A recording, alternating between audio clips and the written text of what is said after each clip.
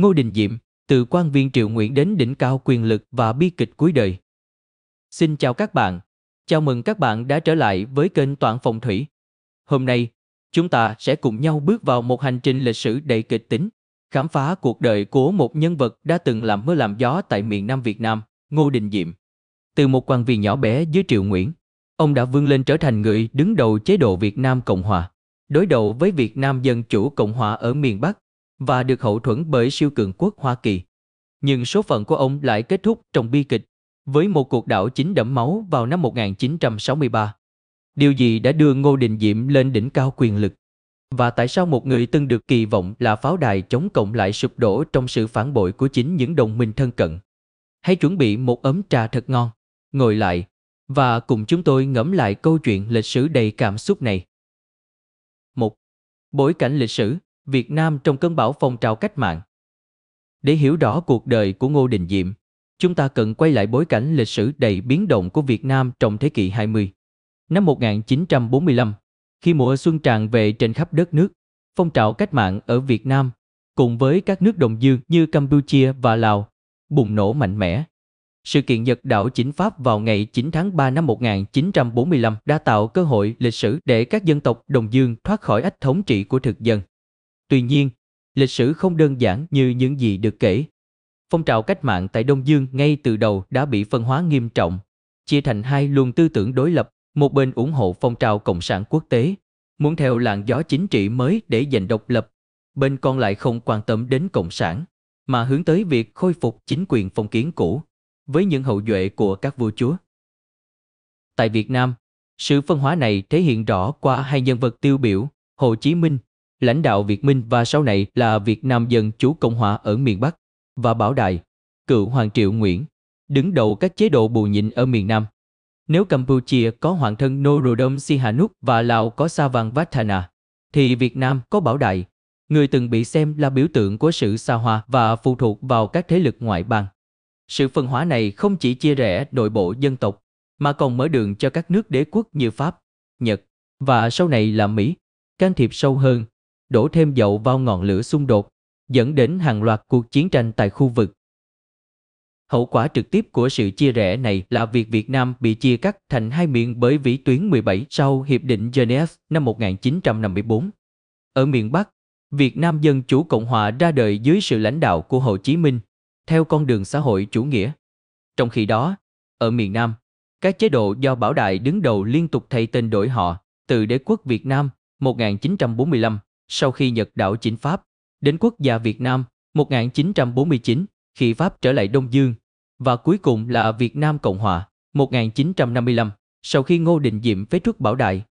Tuy nhiên, các chế độ của Bảo Đại đều thiếu sự ổn định, dễ dàng sụp đổ mỗi khi các thế lực ngoại bang rút đi. Duy chỉ có Việt Nam Cộng Hòa dưới sự lãnh đạo của Ngô Đình Diệm là một ngoại lệ, khi ông xây dựng được một chính quyền có khả năng đứng vững, đối đầu với các cuộc tấn công từ miền Bắc, và tạo dựng uy tín riêng trong lòng một bộ phận người dân miền Nam. Ngô Đình Diệm, với cá tính mạnh mẽ, độc đoán và tư tưởng chống cả Pháp, Mỹ lẫn Cộng sản, đã trở thành một nhân vật đặc biệt trong lịch sử Việt Nam. Ông không chỉ hạ bệ Bảo Đại để nắm quyền, mà còn xây dựng một chế độ tồn tại gần một thập kỷ, mở đường cho sự can thiệp sâu rộng của Mỹ vào miền Nam từ năm 1965, dẫn đến cuộc chiến tranh Việt Nam, một trong những cuộc chiến thảm khốc nhất lịch sử thế giới. Vậy, Ngô Đình Diệm là ai? Xuất thân của ông như thế nào? Và con đường nào đã đưa ông đến đỉnh cao quyền lực, chỉ để rồi kết thúc trong bi kịch? Hãy cùng khám phá. 2. Xuất thân và những năm tháng đầu đời của Ngô Đình Diệm. Ngô Đình Diệm sinh ngày 3 tháng 1 năm 1901 tại làng Đại Phong Lộc, nay thuộc xã Phong Thủy, huyện Lệ Thủy, tỉnh Quảng Bình. Ông là người con thứ tư trong một gia đình Công giáo có 9 anh chị em. Gia đình họ Ngô có truyền thống theo đạo Công giáo từ thế kỷ 17, khi các nhà truyền giáo Bồ Đào Nha đến Việt Nam và cải đạo cho dòng họ. Cha của Ngô Đình Diệm là Ngô Đình Khả, một võ quan dưới Triệu Đông Khánh, từng làm đến chức thượng thư triều đình nhà Nguyễn và phụ đạo đại thần cho vua Thành Thái. Mẹ của ông là bà Phạm Thị Thân, một người phụ nữ đảm đang, chăm lo cho gia đình. Các anh chị em của Ngô Đình Diệm bao gồm anh cả Ngô Đình Khôi, chị Ngô Đình Thị Giao, anh Ngô Đình Thục, và các em Ngô Đình Thị Hiệp, Ngô Đình Thị Hoàng, Ngô Đình Nhu, Ngô Đình Cẩn, Ngô Đình Luyện. Ngày mùng 2 tháng 1, gia đình và nền giáo dục ưu tú. Gia đình họ Ngô không chỉ có truyền thống công giáo lâu đời, mà còn là một dòng họ có ảnh hưởng trong triều đình nhà Nguyễn. Ngô Đình Khả, cha của Ngô Đình Diệm, từng hợp tác với chính quyền bảo hộ Pháp để đàn áp các phong trào chống Pháp, như nhóm văn thân của ngự sử Phan Đình Phùng ở Nghệ An và Hà Tĩnh. Tuy nhiên, ông cũng là một người mộ đạo, dẫn gia đình đi lễ nhà thờ mỗi sáng và truyền cho các con tinh thần yêu nước theo cách riêng của mình. Năm 1907, khi chính quyền bảo hộ Pháp phế truất và đày vua Thành Thái sang châu Phi, Ngô Đình Khả xin từ quan về quê làm ruộng để bày tỏ sự bất mãn. Một số tài liệu cho rằng ông bị cách chức vì từ chối ký đơn yêu cầu vua Thành Thái thoái vị. Dù đã từ quan, Ngô Đình Khả vẫn đủ khả năng chu cấp cho các con ăn học. Ngô Đình Diệm, từ nhỏ, đã được hưởng một nền giáo dục tốt nhất thời bấy giờ. Ông cùng anh trai Ngô Đình Thục học tại trường dòng Pellerin ở Huế, nhưng cảm thấy môi trường nhà dòng quá khắc nghiệt. Ông bỏ học và chuyển sang học ở Quốc học Huế, một ngôi trường danh giá đào tạo con em quan lại và trí thức. Năm 1913, ở tuổi 12, Ngô Đình Diệm thi vào Quốc học và được cha mình, lúc bấy giờ là hiệu trưởng, trực tiếp giảng dạy. Với thành tích xuất sắc, ông được trao học bổng du học ở Paris, nhưng từ chối để ở lại Việt Nam. Năm 1918, Ngô Đình Diệm nhập học trường Hậu Bổ ở Hà Nội, một cơ sở danh tiếng do Pháp thành lập để đào tạo công chức người Việt. Trong thời gian học, ông có một mối tình duy nhất trong đời với con gái của một thầy giáo. Nhưng khi người con gái ấy quyết định vào nữ tu viện, Ngô Đình Diệm chọn sống độc thân suốt đời. Năm 1921, ông tốt nghiệp trường Hậu Bổ với vị trí đứng đầu lớp, mở ra con đường quan lộ đầy triển vọng. 2.2. Tính cách và tư tưởng hình thành từ sớm. Ngô Đình Diệm lớn lên trong một gia đình kết hợp giữa Công giáo, Nho giáo và tinh thần dân tộc. Ông là một tín đồ Công giáo mộ đạo, thường xuyên tham gia các nghi lễ tôn giáo, trích dẫn kinh thánh trong các bài phát biểu, và sau này còn tuyên bố đặt Việt Nam Cộng Hòa dưới sự bảo trợ của Đức Mẹ Maria. Đồng thời, ông cũng chịu ảnh hưởng sâu sắc từ Nho giáo, thường xuyên khoe khoang kiến thức về văn thơ cổ điển Trung Quốc, và thậm chí quy định ngày sinh nhật Khổng Tử là ngày lễ quốc gia khi nắm quyền. Tuy nhiên, việc là một tín đồ Công giáo và nhà Nho không khiến Ngô Đình Diệm xa rời tinh thần dân tộc. Ông sớm bộc lộ tư tưởng chống thực dân Pháp, điều mà chính Chủ tịch Hồ Chí Minh sau này cũng công nhận. Ông Diệm là người Việt Nam, ai cũng có lòng yêu nước, và ông ấy yêu nước theo cách của ông ấy. Tư tưởng này, kết hợp với tính cách độc lập, độc đoán và tham vọng quyền lực, đã định hình con đường chính trị của Ngô Đình Diệm trong những năm sau đó. 3. Con đường quan lộ, từ quan viên nhỏ đến thượng thư triều Nguyễn. Sau khi tốt nghiệp trường Hậu Bổ năm 1921, Ngô Đình Diệm bắt đầu sự nghiệp quan chức bằng những vị trí thấp nhất trong triều đình Huế, noi gương anh cả Ngô Đình Khôi, lúc đó đang làm việc trong bộ binh. Nơi làm việc đầu tiên của ông là Thư viện Hoàng gia ở Huế. Cùng năm 1921, ông được bổ nhiệm làm chủ huyện Hương Trà, tỉnh Thừa Thiên Huế. Năm 1923, ông chuyển sang làm chủ huyện Hương Thủy, Quán Điền, cũng thuộc Thừa Thiên Huế. Đến năm 1926, ông được thăng chức phủ doãn Hải Lăng, Quảng Trị, và sau đó là quản đạo phủ Ninh Thuận. Trong suốt thời gian làm quan, Ngô Đình Diệm nổi tiếng là một người mẫn cán, công chính và tận tụy. Sự thăng tiến nhanh chóng của ông một phần nhờ vào mối quan hệ thân thiết với Nguyễn Hữu Bại, một quan đại thần Công giáo, từng là phụ chính trong triều đình nhà Nguyễn.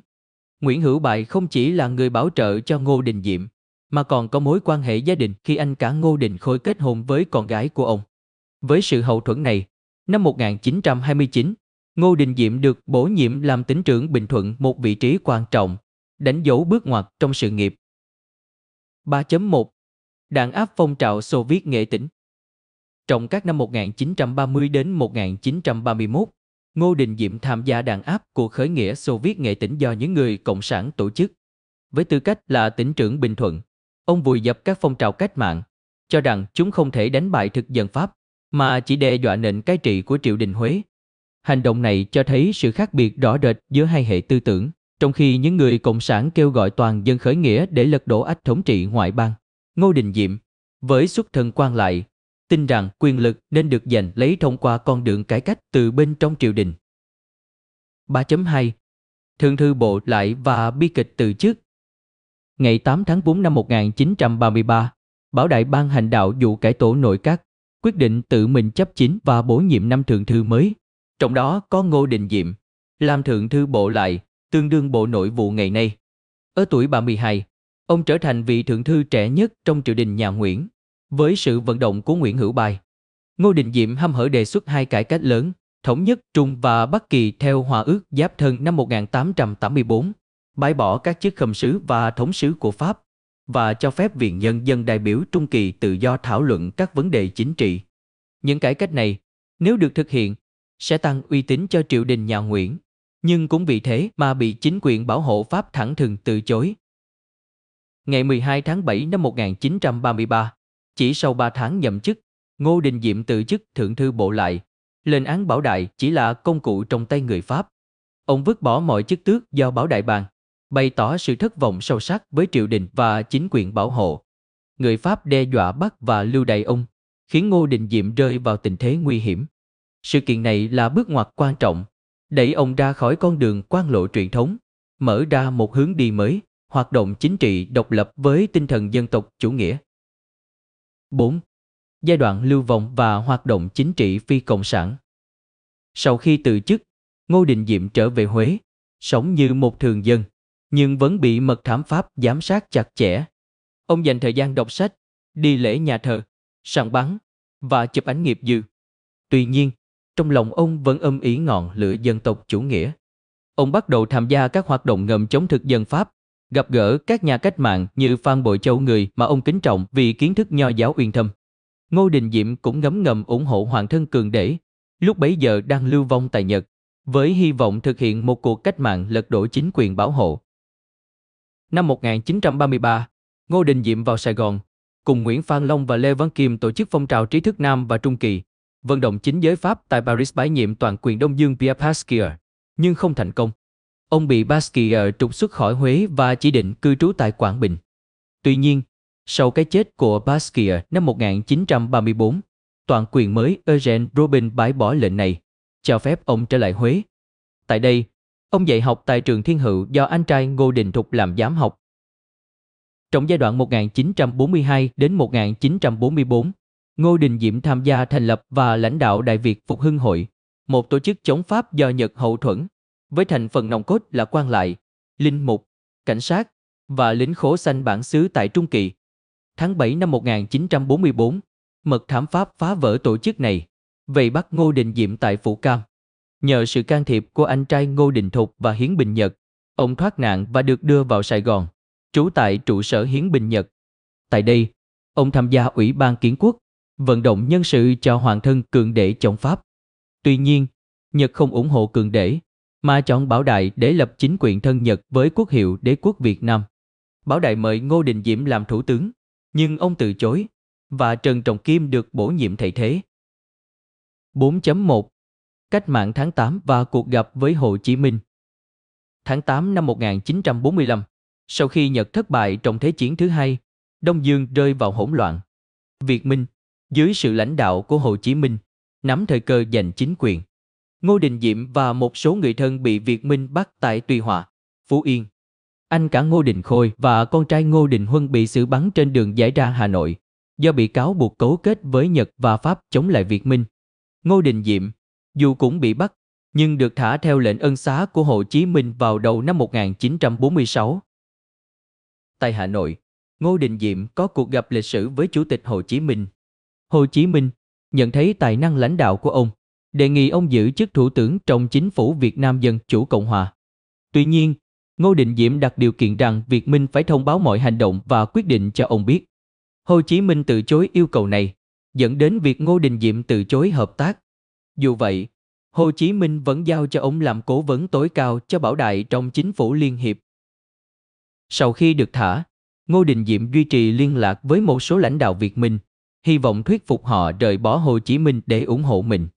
Ông liên minh với Nguyễn Tôn Hoàng, một lãnh đạo Công giáo ở Nam Bộ, và thành lập Việt Nam Quốc gia Liên hiệp, một phong trào chính trị chống cộng, được Bảo Đại hậu thuẫn về danh nghĩa. Tuy nhiên, mục tiêu chính của Ngô Đình Diệm không chỉ là chống cộng, mà còn là chống Pháp, bởi ông nhận thấy phong trào kháng chiến chống thực dân đang lên cao, và chỉ có chống Pháp mới thu hút được sự ủng hộ của quần chúng. 5. Hành trình lưu vong quốc tế, tìm kiếm sự ủng hộ từ Mỹ. Năm 1948, khi Bảo Đại ký Hiệp định Élysée với Pháp, công nhận quốc gia Việt Nam là một thành viên độc lập trong Liên hiệp Pháp, Ngô Đình Diệm tỏ ra thất vọng sâu sắc. Ông cho rằng nền độc lập này chỉ là nửa vời, và từ chối lời mời làm thủ tướng quốc gia Việt Nam của Bảo Đại. Ông trở về Huế, sống cùng Ngô Đình Cẩn, và có thời gian ở Đà Lạt với vợ chồng Ngô Đình Như. Ngày 16 tháng 6 năm 1949, Ngô Đình Diệm công khai phủ nhận Hiệp định Élysée, đòi quyền tự trị lãnh thổ cho Việt Nam, đồng thời tuyên bố không hợp tác với Việt Minh và kêu gọi một phong trào chống thực dân mới. Trong bối cảnh phong trào kháng chiến chống Pháp ngày càng mạnh mẽ, Ngô Đình Diệm nhận ra rằng ông cần tìm kiếm sự hỗ trợ từ các thế lực quốc tế để thực hiện tham vọng chính trị. Năm 1950, ông cùng anh trai Ngô Đình Thục sang Vatican, rồi đến Nhật để gặp Hoàng thân Cường Đế. Tại Nhật, ông gặp tướng Douglas MacArthur, chỉ huy quân Mỹ, để thuyết phục Mỹ ủng hộ nền độc lập của Việt Nam, nhưng bị MacArthur tiếp đón lạnh nhạt. Không nản lòng, Ngô Đình Diệm quyết định sang Hoa Kỳ để trực tiếp vận động chính giới Mỹ. Tháng 9 năm 1950, Ngô Đình Diệm đến Washington, gặp các quan chức Bộ Ngoại giao Mỹ, nhưng không gây được ấn tượng. Một quan chức Mỹ nhận xét rằng ông quan tâm đến tham vọng cá nhân hơn là giải quyết các vấn đề của đất nước. Tháng 10 năm 1950, ông sang Vatican gặp giáo hoàng, rồi đến Paris gặp các chính khách Việt và Pháp, đề nghị Bảo Đại bổ nhiệm mình làm thủ tướng với toàn quyền hành chính, nhưng bị từ chối. Trong 2 năm tiếp theo, Ngô Đình Diệm sống chủ yếu tại Mỹ, lưu trú tại các chủng viện Công giáo ở New Jersey và New York. Ông dùng mọi cách để tranh thủ sự ủng hộ của chính quyền Eisenhower, nhưng không thành công do Mỹ đang tập trung vào chiến tranh Triều Tiên và không muốn làm mất lòng Pháp. Tuy nhiên, bước ngoặt đến khi Ngô Đình Diệm gặp Hồng Y Francis Spelman, một nhân vật có ảnh hưởng lớn trong chính giới Mỹ. Qua sự giới thiệu của Spelman, ông tiếp cận được các chính khách như dân biểu Walter Judd, thượng nghị sĩ Mike Mansfield, và đặc biệt là thượng nghị sĩ John F. Kennedy, người sau này trở thành tổng thống Mỹ và là người ủng hộ mạnh mẽ cho Ngô Đình Diệm. 5.1 Vai trò của Hồng Y Spelman. Hồng Y Spelman nhìn thấy ở Ngô Đình Diệm những phẩm chất mà ông ta mong muốn ở một chính khách Công giáo, nồng nhiệt, chống cộng quyết liệt và có khả năng lãnh đạo. Spelman đã đóng vai trò trung gian giúp Ngô Đình Diệm gặp gỡ các nhân vật quan trọng trong chính quyền Mỹ, từ đó xây dựng hình ảnh của ông như một người hùng chống cộng tiềm năng. Nhờ sự hỗ trợ của Spelman, Ngô Đình Diệm được mời làm cố vấn tại Đại học Michigan, nơi ông hợp tác với nhà chính trị học Wesley Fisher để soạn thảo một dự án trợ giúp kỹ thuật cho Việt Nam. Dự án này nhấn mạnh nhu cầu hỗ trợ Việt Nam trong các lĩnh vực như khoa học, cảnh sát, ngoại thương và xây dựng thể chế dân chủ. 5.2 Chuyến đi châu Âu và sự chú ý của Mỹ. Tháng 5 năm 1953, Ngô Đình Diệm sang Pháp và Bỉ, trú ngụ tại một tu viện lớn, theo lời mời của các chính khách Công giáo lưu vong. Trong thời gian này, Mỹ bắt đầu chú ý đến ông, đặc biệt sau thất bại của Pháp tại Điện Biên Phủ, 7 tháng 5 năm 1954, và sự ra đời của học thuyết Domino, một chiến lược của Mỹ nhằm ngăn chặn sự lan rộng của chủ nghĩa cộng sản tại Đông Nam Á. Thất bại của Pháp đã khiến Mỹ nhận ra rằng họ cần một lãnh đạo mạnh mẽ, chống cộng, và không phụ thuộc vào Pháp để lãnh đạo miền Nam Việt Nam. Ngô Đình Diệm, với tinh thần dân tộc chủ nghĩa, tư tưởng chống cộng và các mối quan hệ quốc tế, trở thành ứng cử viên lý tưởng. 6. Trở về nước và con đường lên ngôi thủ tướng. Năm 1954, sau thất bại tại Điện Biên Phủ, Pháp đàm phán Hiệp định Geneva, đồng ý trao trả độc lập hoàn toàn cho Việt Nam. Trong bối cảnh này, Bảo Đại, lúc bấy giờ đang ở Pháp, liên tục mời Ngô Đình Diệm về nước thành lập chính phủ mới. Ban đầu, Ngô Đình Diệm từ chối, do không tin tưởng vào Bảo Đại và người Pháp. Tuy nhiên, ngày 16 tháng 6 năm 1954, tại Pháp, Bảo Đại gặp Ngô Đình Diệm và đồng ý với điều kiện của ông. Chính phủ do Ngô Đình Diệm thành lập phải có toàn quyền về chính trị và quân sự. Ngày 7 tháng 7 năm 1954, Ngô Đình Diệm chính thức được bổ nhiệm làm Thủ tướng Quốc gia Việt Nam, thành lập nội các với 18 thành viên. Trong hồi ký của mình, Bảo Đại viết, tôi biết rằng ông Diệm là một người khó tính, cuồng tín và có xu hướng thiên về Công giáo. Nhưng trong hoàn cảnh hiện tại, không có lựa chọn nào tốt hơn. Ông được người Mỹ biết đến, và họ đánh giá cao tính không khoan nhượng của ông. Washington sẽ không dè sẻn trong việc ủng hộ ông. Những lời này cho thấy Bảo Đại, Dù miễn cưỡng, đã phải chấp nhận Ngô Đình Diệm do áp lực từ tình hình chính trị và sự hậu thuẫn của Mỹ. 6.1 Thách thức ban đầu. Khi nhậm chức thủ tướng, Ngô Đình Diệm đối mặt với một tình thế vô cùng khó khăn. Ông không kiểm soát được quân đội và cảnh sát, vốn nằm trong tay tướng Nguyễn Văn Hình, tổng tham mưu trưởng, và Lê Văn Viễn, lãnh đạo Bình Xuyên. Bộ máy quan chức dân sự vẫn bị người Pháp chi phối, và nền tài chính nằm dưới sự quản lý của Ngân hàng Đông Dương, một cơ quan do Pháp kiểm soát. Trong khi đó, các đảng phái quốc gia và giáo phái lớn tại miền Nam như Cao Đài, Hòa Hảo và Bình Xuyên không hoàn toàn ủng hộ ông, tạo ra một môi trường chính trị bất ổn. Để củng cố quyền lực, Ngô Đình Diệm thực hiện hàng loạt biện pháp quyết liệt. Loại bỏ ảnh hưởng của Pháp, tháng 12 năm 1954, ông bãi bỏ quyền phát hành tiền của Ngân hàng Đông Dương, chuyển sang Ngân hàng Quốc gia Việt Nam. Ông yêu cầu Pháp chuyển giao toàn bộ công tác của Quân đội Quốc gia Việt Nam trong vòng 5 tháng. Đối phó với Nguyễn Văn Hình, tướng Nguyễn Văn Hình, với tham vọng làm thủ tướng, công khai chống lại Ngô Đình Diệm. Ông khoe rằng chỉ cần nhấc ống điện thoại là có thể lật đổ Diệm. Đáp lại, Ngô Đình Diệm ra lệnh cho Hình đi nghỉ nghiên cứu trong 6 tuần, nhưng Hình bất tuân. Tình hình leo thang khi Hình cho xe thiết giáp bảo vệ dinh độc lập, trong khi 15 bộ trưởng trong nội các Diệm đồng loạt từ chức. Tuy nhiên, với sự hỗ trợ của cố vấn quân sự Mỹ Edward Lansdale và tướng Trịnh Minh Thế, Ngô Đình Diệm phát hiện âm mưu đảo chính của Hình. Lansdale mua chuộc các sĩ quan cấp dưới của Hình, khiến cuộc đảo chính thất bại. Ngày 13 tháng 11 năm 1954, Hình chạy sang Paris và quyền lực quân đội được chuyển giao cho tướng Nguyễn Văn Vĩ. 6.2 Đối đầu với Bảo Đại. Sau khi loại bỏ ảnh hưởng của Pháp và Nguyễn Văn Hình, Ngô Đình Diệm quay sang đối đầu trực tiếp với Bảo Đại. Ngày 11 tháng 3 năm 1955, ông ban hành dụ số 21, sáp nhập vùng Hoàng Triệu Cương Thổ, khu vực Tây Nguyên do Bảo Đại kiểm soát, vào lãnh thổ quốc gia Việt Nam, chấm dứt đặc quyền của Bảo Đại và Pháp. Ông tổ chức các chiến dịch tuyên truyền chống Bảo Đại, cáo buộc ông là tay sai của Pháp và sống xa hoa trong khi đất nước khốn khó. Ngày 18 tháng 10 năm 1955, Bảo Đại, từ Paris, tuyên bố cách chức thủ tướng Ngô Đình Diệm, cáo buộc ông dùng công an trị và thiết lập chế độ độc tài cá nhân. Tuy nhiên, Ngô Đình Diệm chặn thông điệp này, khiến nó không đến được với dân chúng. Ngày 4 tháng 10 năm 1955, ông tổ chức cuộc trưng cầu dân Ý, với kết quả áp đảo ủng hộ phế truất Bảo Đại và đưa Ngô Đình Diệm lên làm tổng thống. Cuộc trưng cầu này bị chỉ trích là thiếu minh bạch, khi các điểm bỏ phiếu được kiểm soát bởi những người ủng hộ Diệm, và phiếu bầu chỉ có 2 lựa chọn, phiếu đỏ ủng hộ Diệm hoặc phiếu xanh bị loại. Với thất bại này, Bảo Đại sống lưu vong tại Pháp, dần mất đi tài sản và chỉ nhận được khoản trợ cấp nhỏ từ chính phủ Pháp.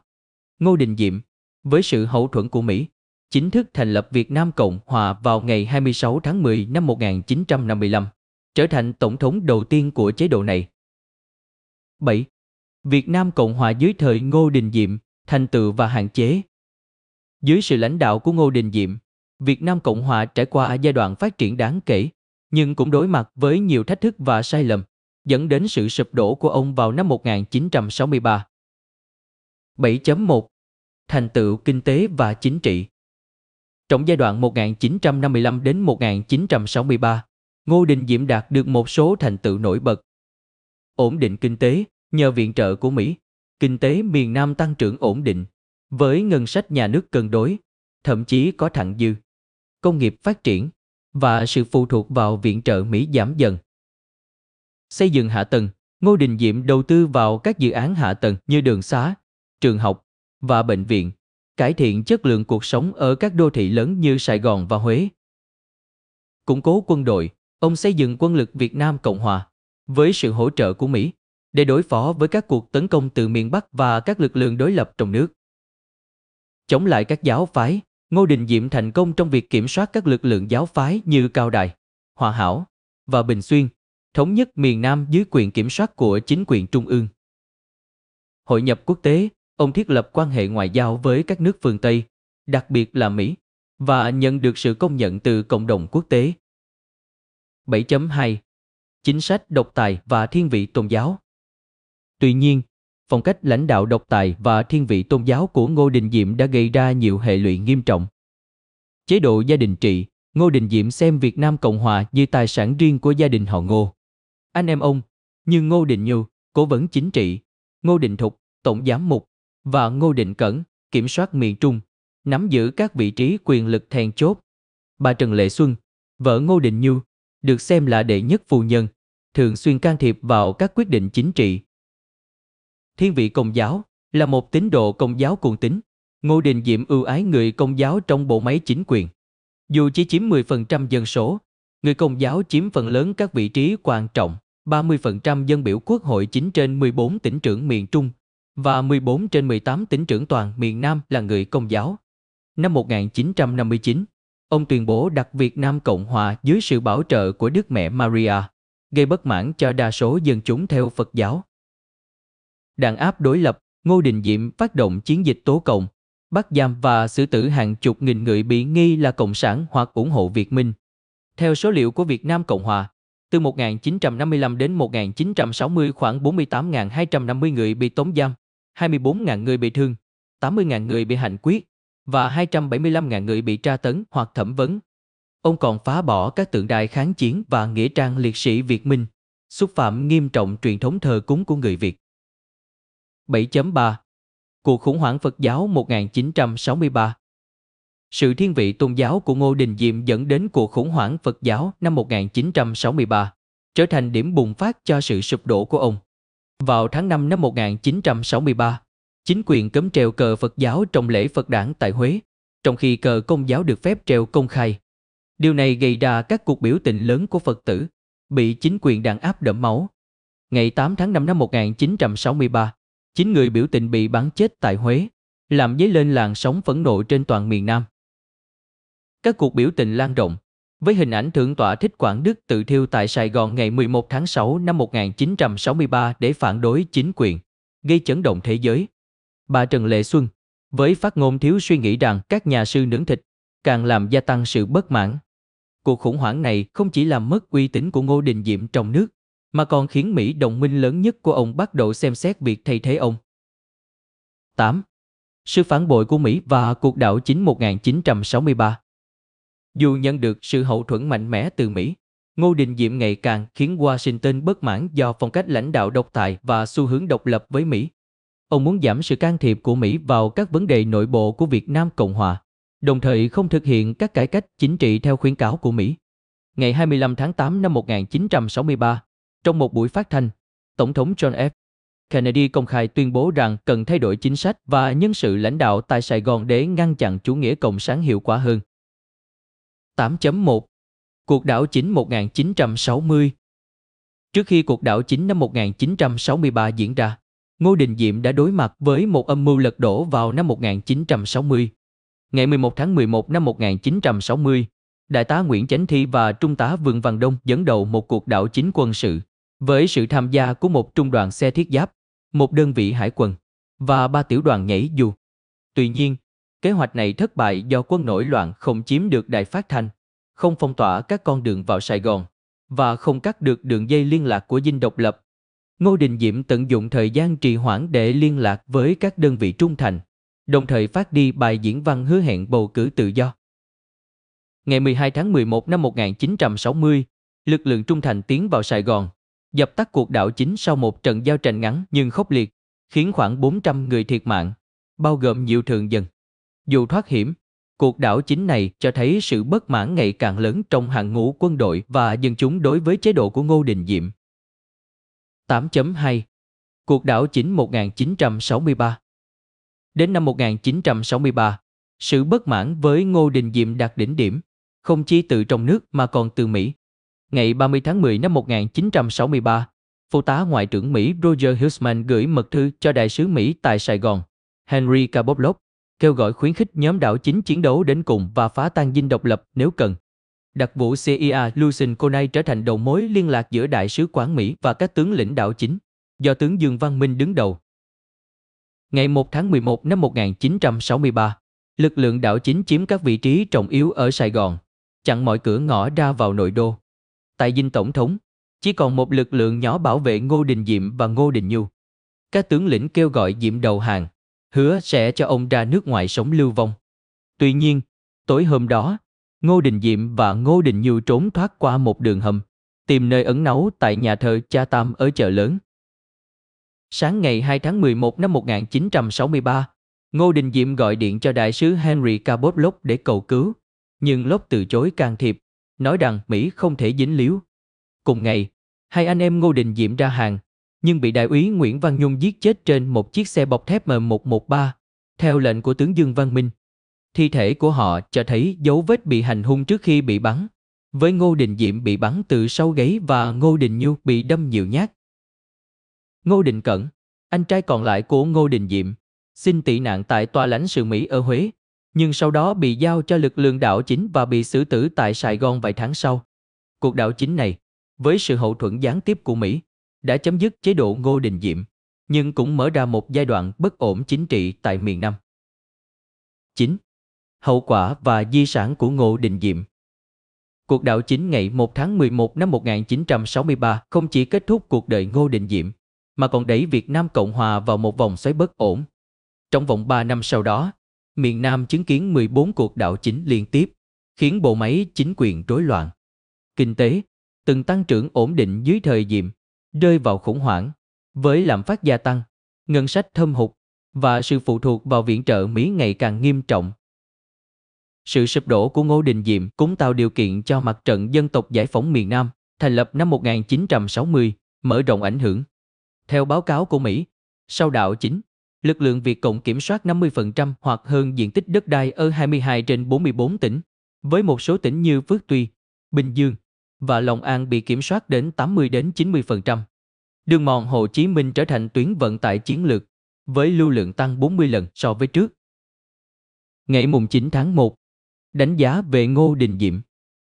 Ngô Đình Diệm là một nhân vật lịch sử phức tạp, vừa đáng ngưỡng mộ, vừa gây tranh cãi. Ông là một quan viên nhỏ, nhưng bằng tài năng, tham vọng và sự hậu thuẫn của Mỹ, đã vươn lên trở thành lãnh đạo tối cao của miền Nam.